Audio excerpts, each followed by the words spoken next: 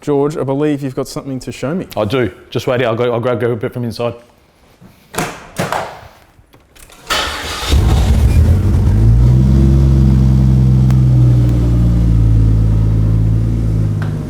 She's alive. She's running. She's done.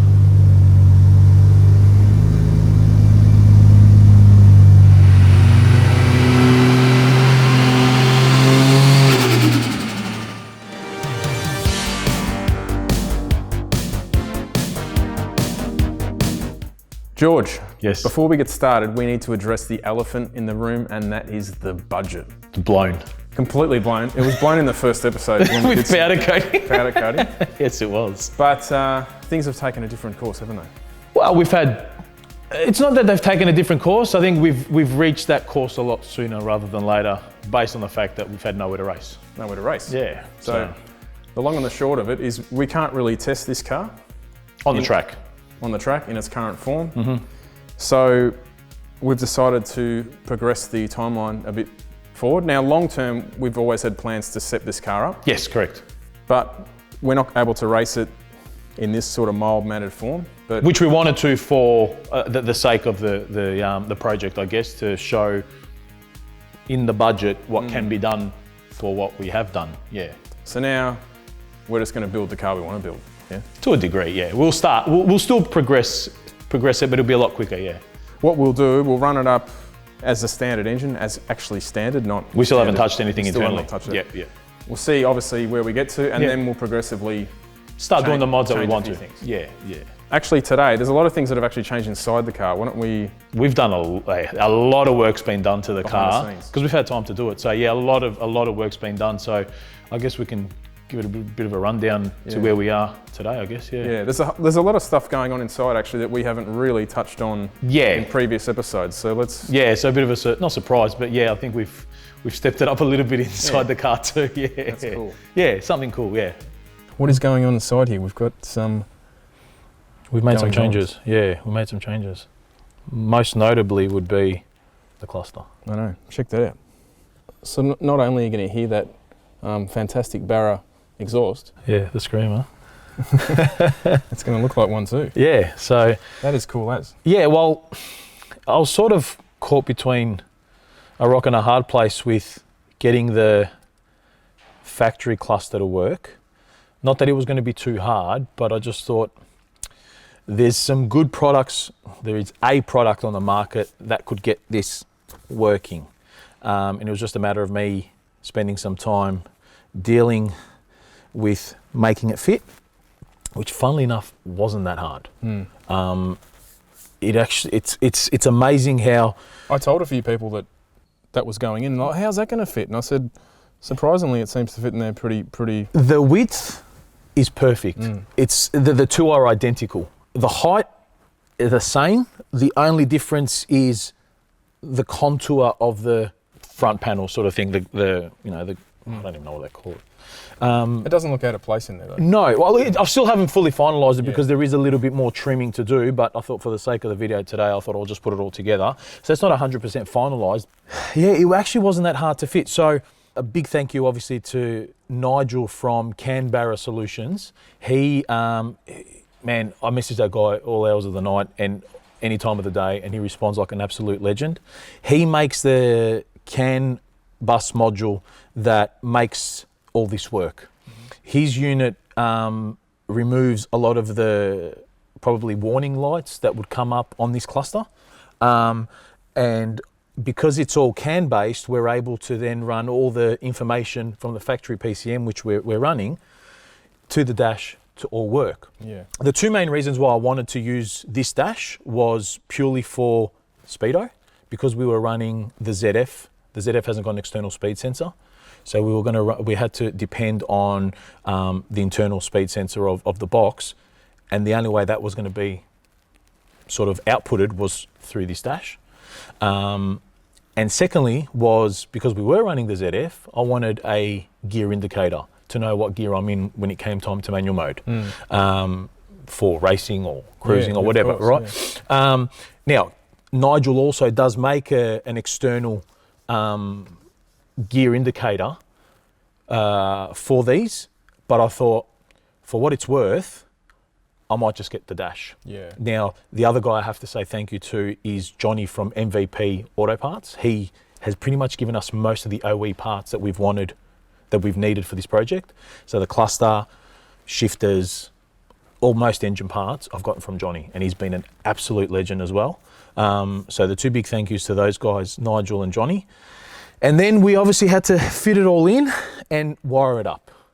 And there's another big thank you I think I have to say to Bill Hooton from Everything Barra. He's an absolute genius when it comes to the factory forward system and all the wiring side of things. He's been a legend as well because he helped me get the dash 100% functioning. So far we've got indicators working, all the information coming from the dash, from the cluster, from the ECU to the dash is working. The only dilemma I did have was the fuel gauge. Yep. Now, Nigel, again from Canberra, he gave me another module which reverts the signal so that I can preset my empty and full. But everything else is functioning. A couple of other warning lights that we'll eventually get rid of. But literally, the cluster fits, the cluster works. So I've got tacho, I've got speedo, water temp. Just power it up. Yeah. Hey, what's going on there, Ford?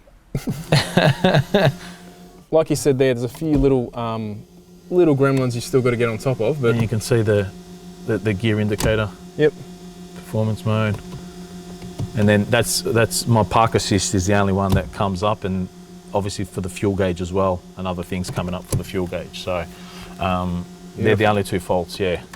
And it's got similar Ks to what the VS had, which was funnily enough. So I think I'm turning this 95 model car into a 2007. So we might as well have just bought an XR6 Turbo. No, because it's not a Commodore. VS was the best shape, mate. You can't do that. So now, another thing, we're going with the eBoost here. Yeah. I'm a big fan of how the eBoost operates.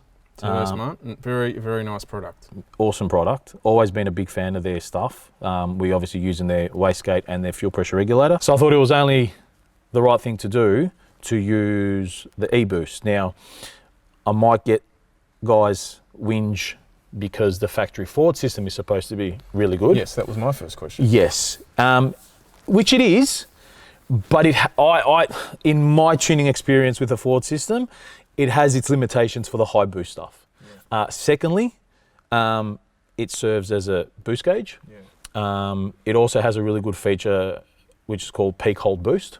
So if you hit a specific high boost pressure, you push the button. So pretty much after a run, if you want to know what boost you're, it'll tell you exactly what boost you hit.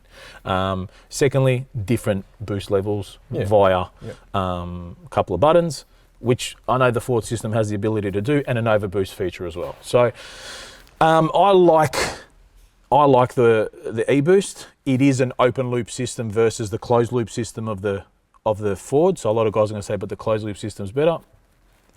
There's plenty of ways to skin a cat, and for me, this is the way that I like doing it. I've had great success with the eBoost product. I've got it on a few of the Barras that I do.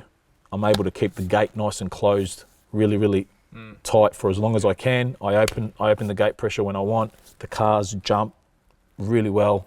They hit boost really well.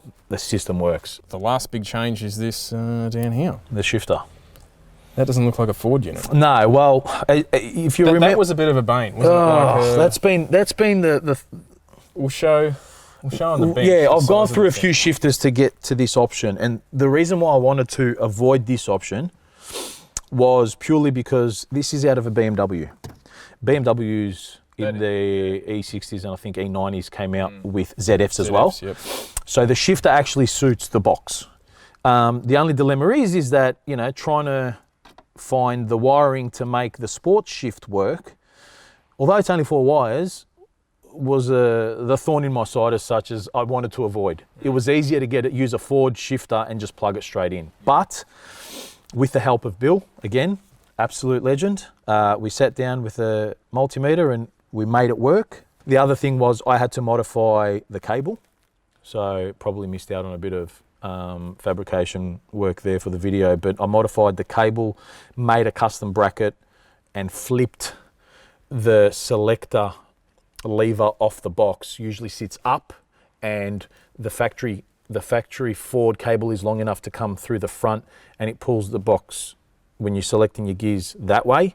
So what I've had to do, because the cable was shorter, although I've modified the end of it, I've flipped the selector bracket upside down and made it pull back towards the back of the car, or towards the shifter, and made a bracket to suit. So just a little bit of fabrication work and common sense made that work, yeah. So for people who are not sure why the BMW shifter in there, the Ford shifter basically, it was Mount Everest. Yeah, it was so high, and because we couldn't get it low enough, the backlash on the comments I would have got for using that would have been disastrous. I can imagine. It was like it would have been like a race sequential. So it was up here. It was literally up here by the time, yeah, and that was even with the drop box. Yeah, with the drop box. That was even with the drop box.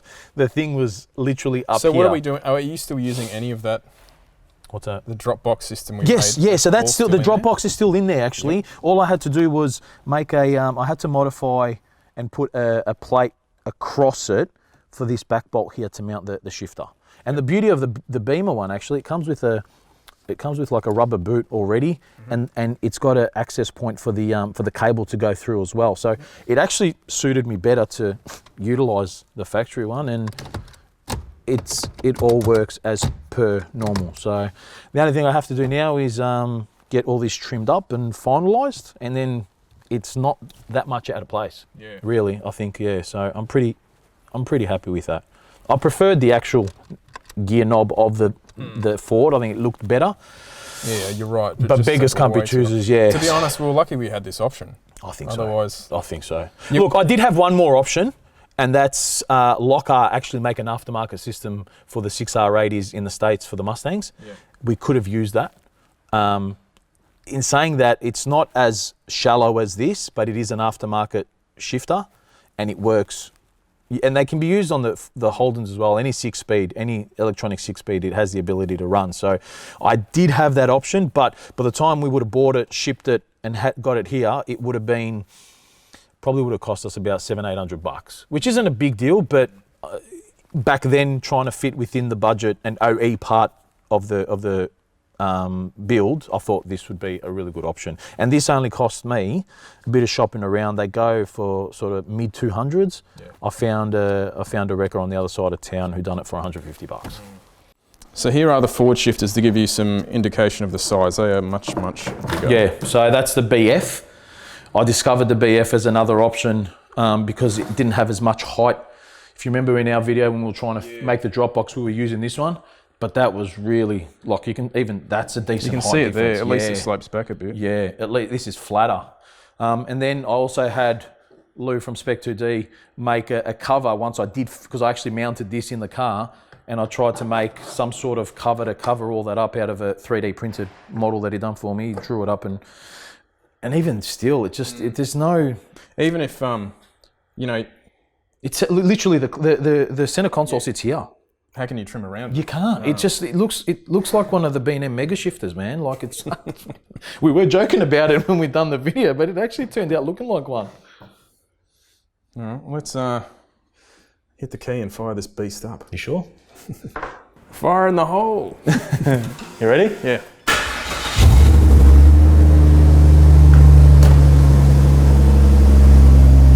Hey George, I'd hardly know it's running. Oh yeah, you can't tell. What?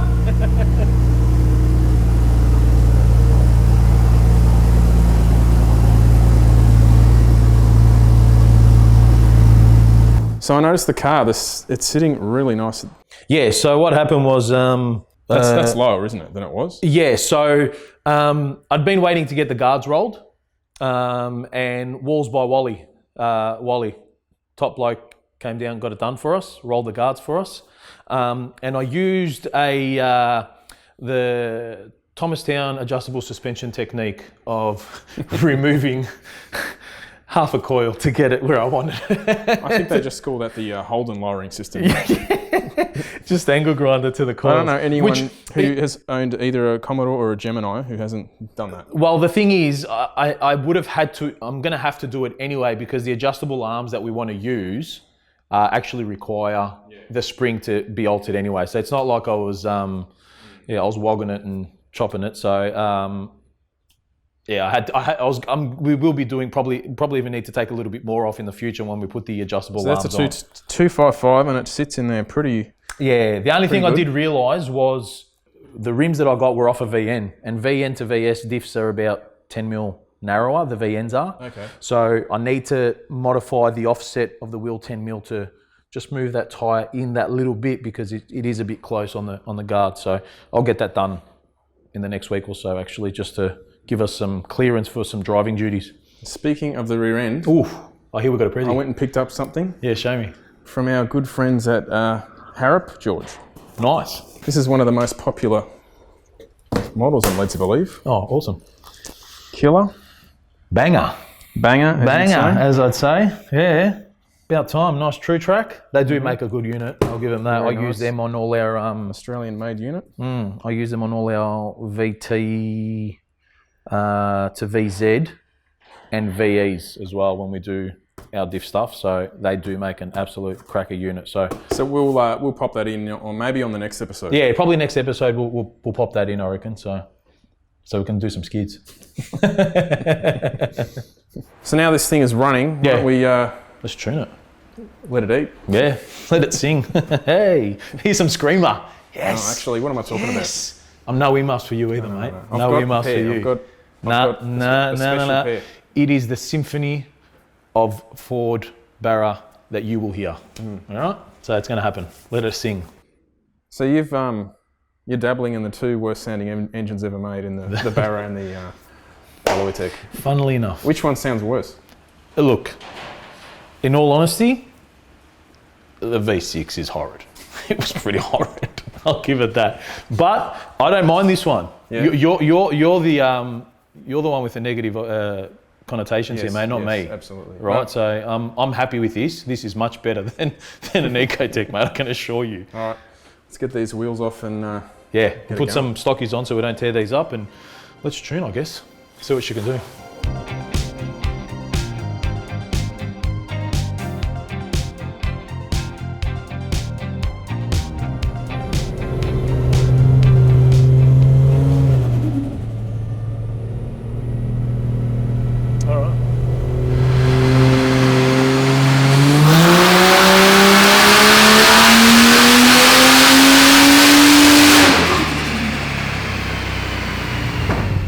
For a first pass. So you probably can't see it, but that's 327 kilowatts, now on 440 horsepower, first pull. George, how are we actually tuning the car? What are we using? So we are using PCM Tech, all right? I've already put a little bit of a tune up in this car already anyway. I haven't checked it on the dyno yet, purely off previous tunes that I've done. So I've just banged it in there, cruised it around. I've done some base work on it.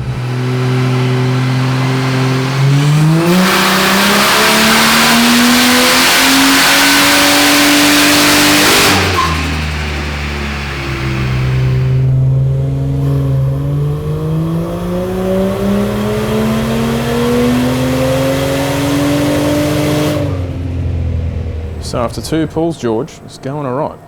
Not bad. I thought that's where we would be. Yeah.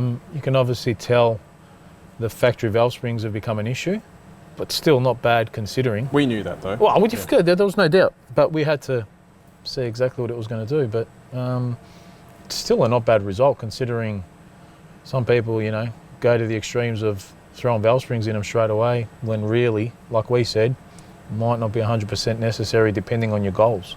Yeah, it depends what your goal is. Yeah, exactly. So.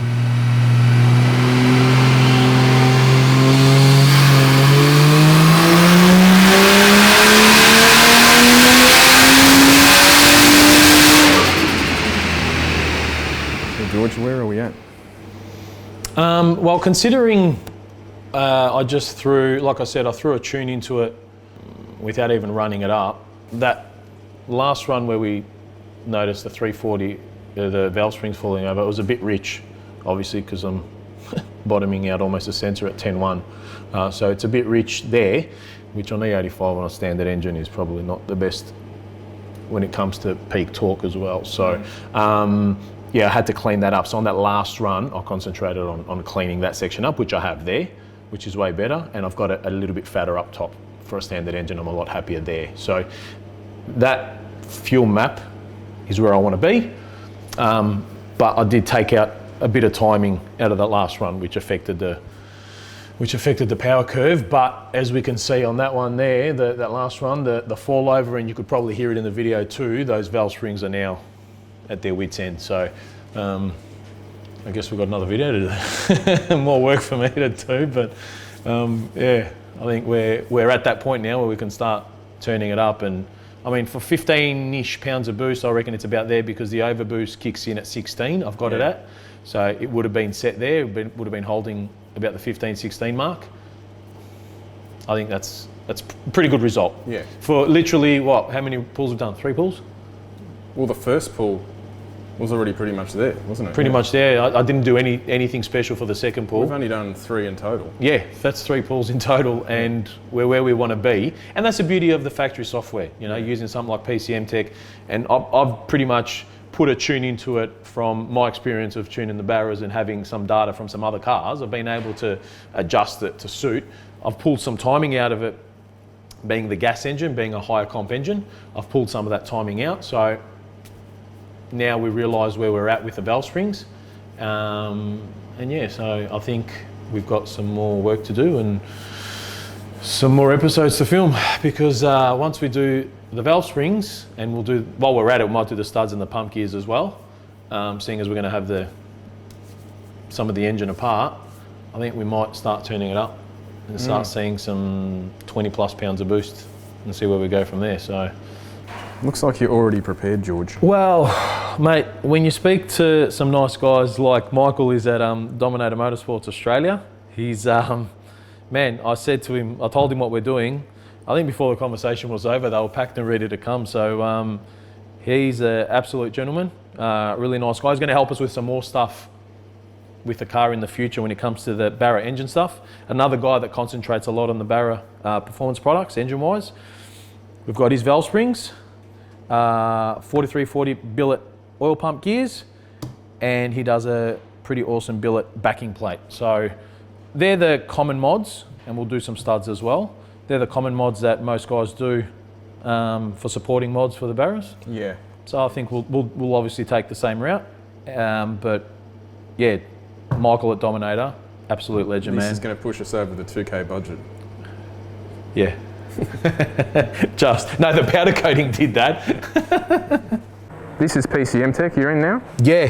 PCM Tech's an extremely powerful Ford tuning software. Probably the best on the market, because they solely concentrate on the Ford platform. Yeah, there's no doubt we were always going to use it for this. It's so versatile too for a standard system as well. It's really good. All right, so we've got Roland from PCM Tech. He's going to give us a basic rundown of the power and ability of his software. Roland, you there, yeah?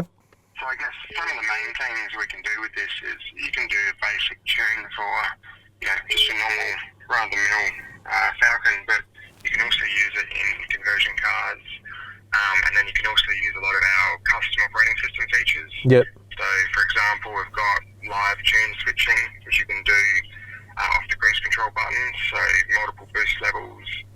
We can do things like boost by gear, boost by speed. Beautiful. For the big power drag cars. Yep.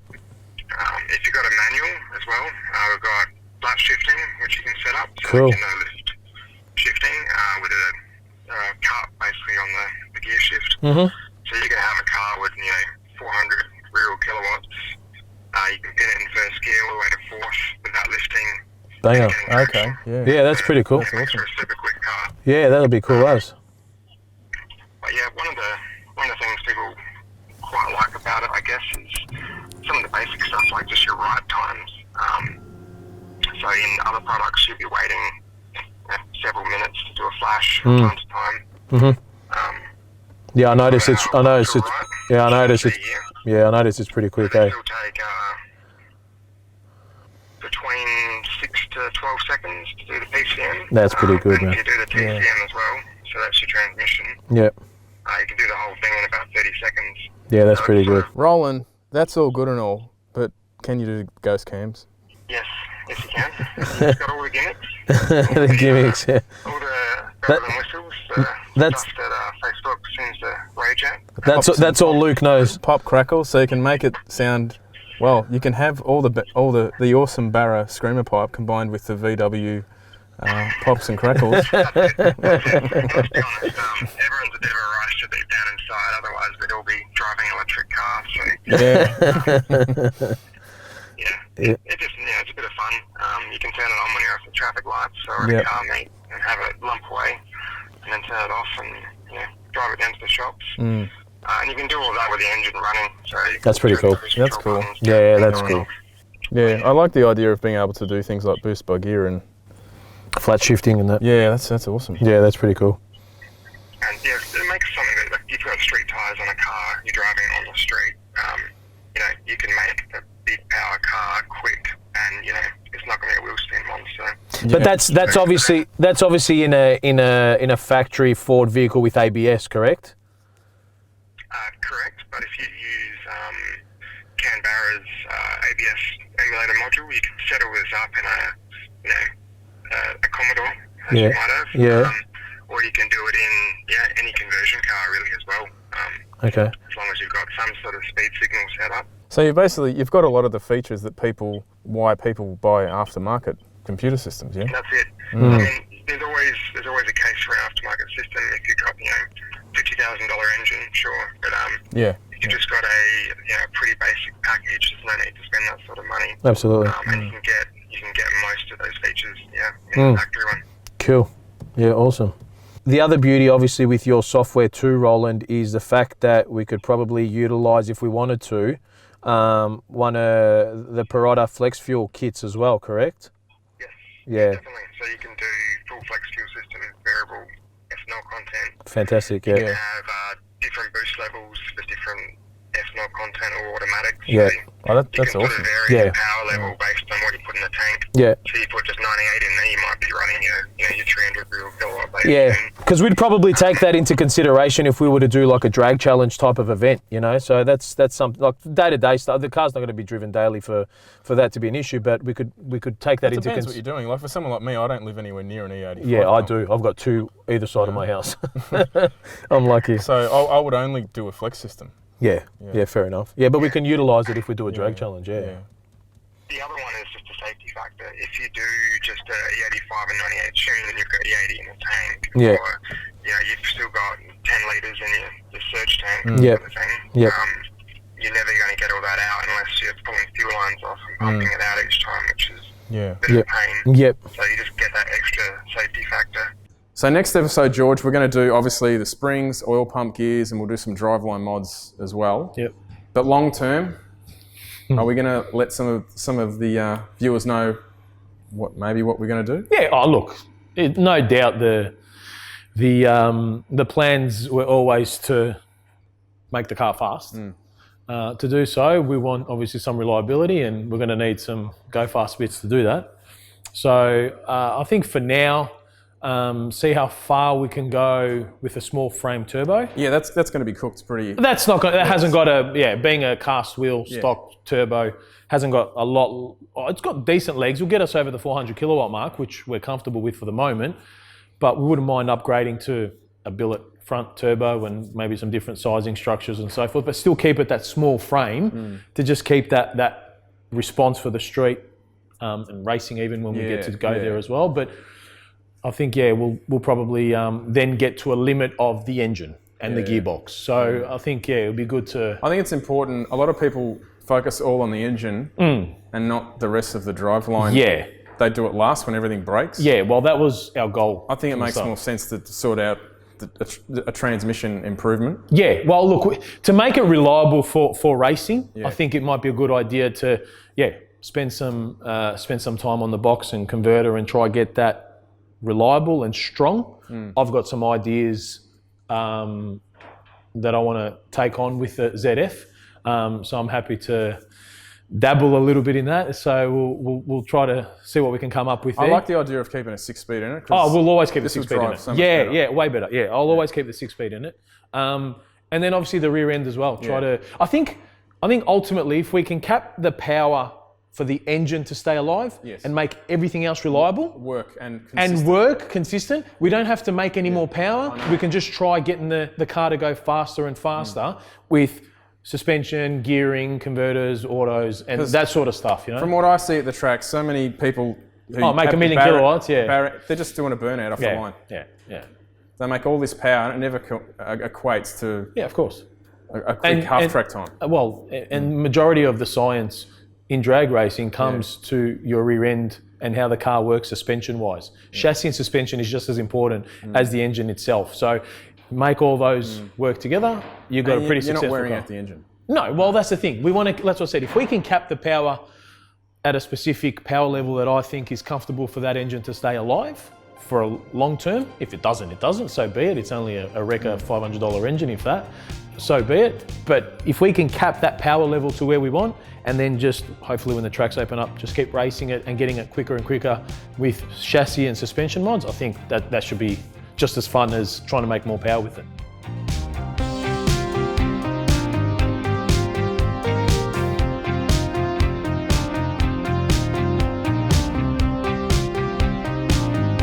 Project NOMANG means one thing, and we need some of these. My ears are on fire.